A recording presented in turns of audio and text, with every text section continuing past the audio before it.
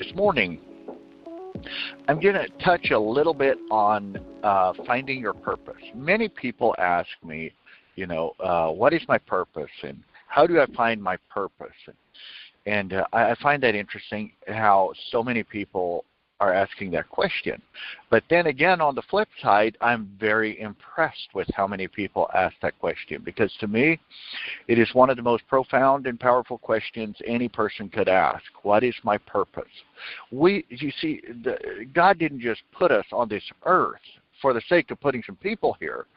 There was a purpose in that, and there was a purpose for every person that's here. So yes, inherently you should be asking that question, but we're going to dive into a little bit of what it might take to discover your purpose. I'm assuming there's quite a number of people that would agree. I would love to know how to discover my purpose. Well, I'm going to unpack that to the best that I can with the small amount of time that's allocated this morning, and to see if we can't dive in and at least scratch the surface with it. So finding one's purpose, again, is not an easy thing, but it's certainly possible, and we all have it. Let's just go back and talk about maybe getting rid of things out of one's life first. If we look at Genesis, when it talks about the earth was void, without shape and form, and darkness covered the deep. It was just void. There was nothing there. It was dark. There was no form of significance. And so, before the earth could become this productive, producing, grain, trees, whatever it wanted to produce, something had to leave the earth. Something had to get off of the earth. Something had to cease to exist. And that was darkness.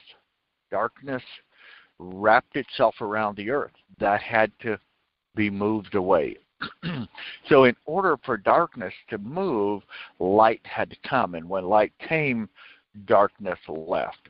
My challenge for all of us is, what are some habits that we have that need to go before we can step into becoming that productive, producing performance that we know we should be and would like to be?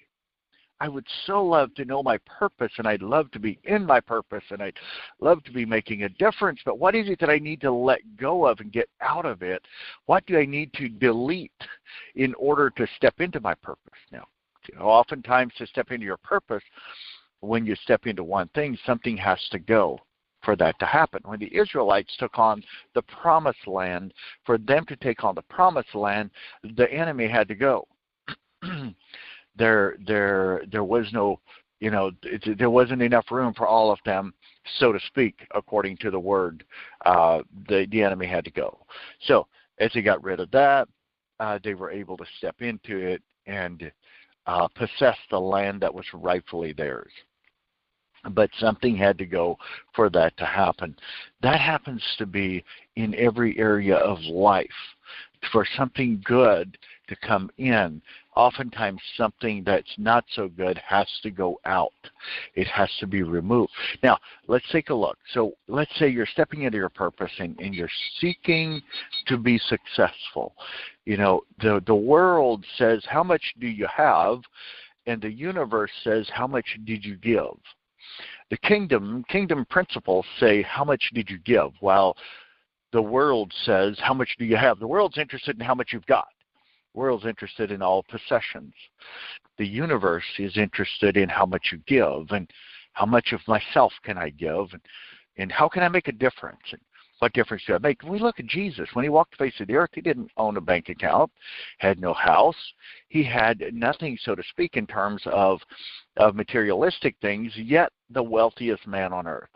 Because whenever he needed money, he told them, well, in one particular setting, he told them to go down and get a fish, and there would be a coin in its mouth, and he could use that to pay taxes.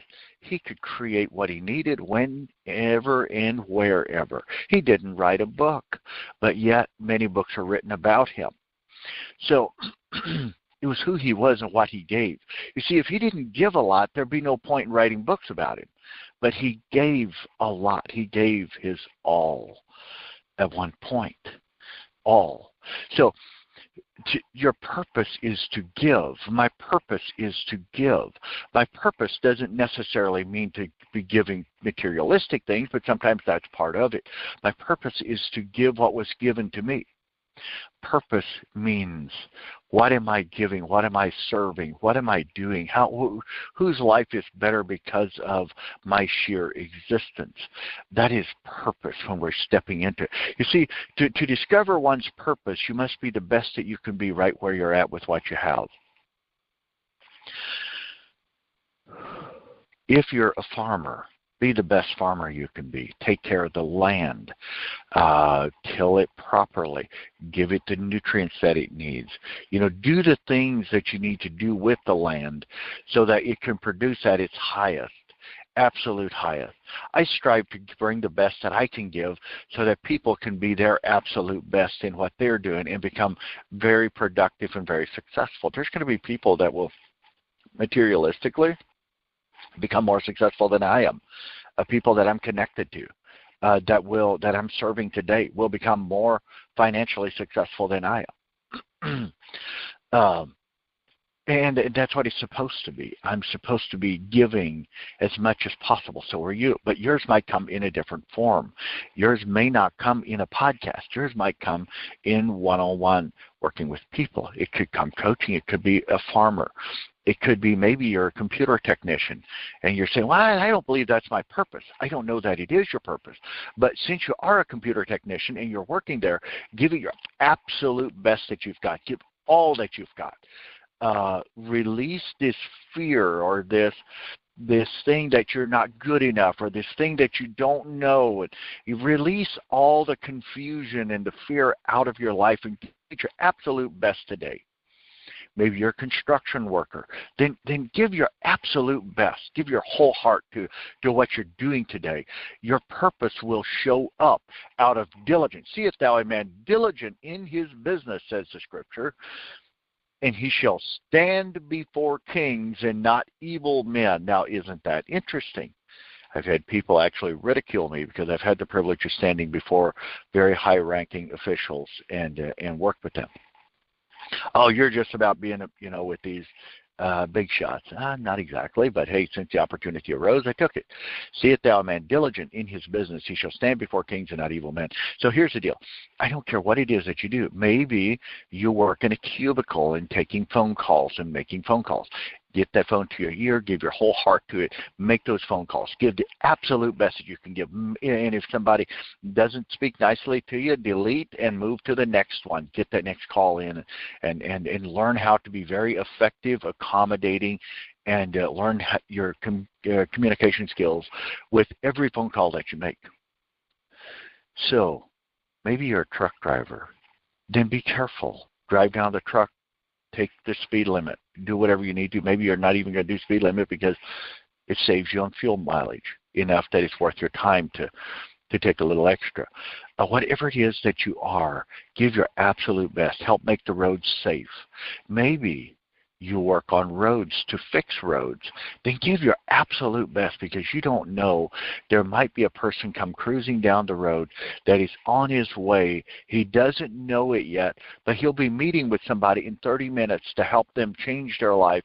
And because you did a good job in fixing that road, he was able to cruise right on through there. Never knew that the day before there was a major pothole there that could have ripped his wheel out. Whatever you're doing, when you fix that road, you might have saved somebody's life down the road. Not the person that drove down the road, but the one that's driving down the road was about to meet. He might have brought a message of hope that changed that person's life, that gave that person the ability to step up and go face the world one more day. You see, the enemy would have us to believe that we don't know our purpose. We will never step into our purpose. Our life is useless, meaningless. What's the point of even living? You make no difference anyway. Well, why am I even here? That's the language that he uses on us finite humans. And when he's doing that, and if we give him any attention at all, more of that darkness comes in until we see no light at all, and there's no point in living. We make no difference. Nobody appreciates us. Nobody likes us.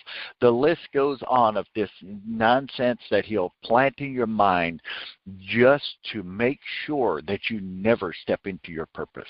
But you see, if you're a believer, you're on this call, even if you're not a believer in God or the Bible, you have a purpose, and I want you to know that. Whatever you're doing this morning, give it your absolute all today. Give it your absolute best, most diligent self-best. Whether you believe in what the Bible said about being diligent or not isn't important to me at this very moment. What is important to me is that you understand that the universe doesn't respond well to wants and likes, but it does respond well to commitments and diligence. Person that says, oh, I would like to be financially free. Oh, cool, the whole world would like to be financially free. Make no mistake. Join the group. The whole world would like that.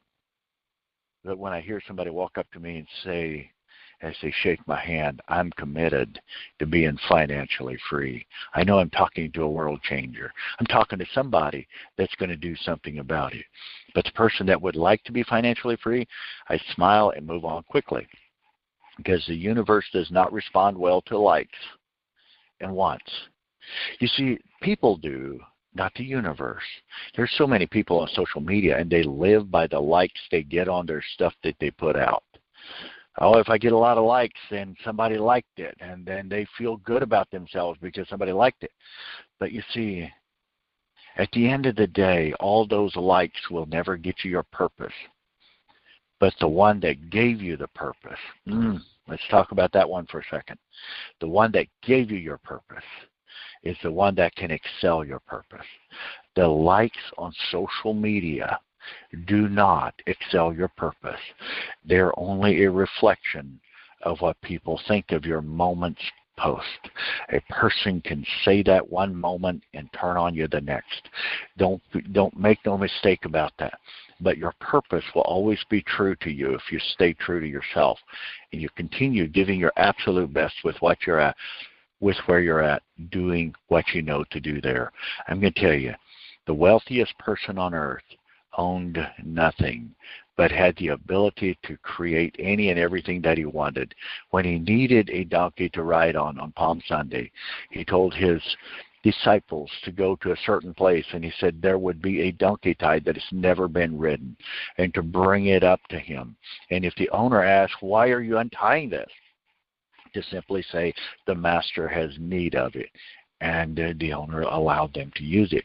He hopped on and rode it, not being trained or broken for riding. This animal allowed the master to ride on it, like he's been well trained. You see, we talk about this master so much because he gave all. So if you want to be known, if you want to step into your purpose, give. If you want to have more, give more. I'm not talking about materialistic things to give, and that can be good too. That is part of it. But give yourself. But if you walk in talking to somebody, you're all fearful about how you look and whether you're smart enough, whether you have all the answers, all that kind of nonsense. It's hard for you to give even 25% of you. But if you walk in with your heart open and you're giving that which is beautiful within you, you don't have to worry about the rest. With that being said, guys, make it a great day, and do me a favor.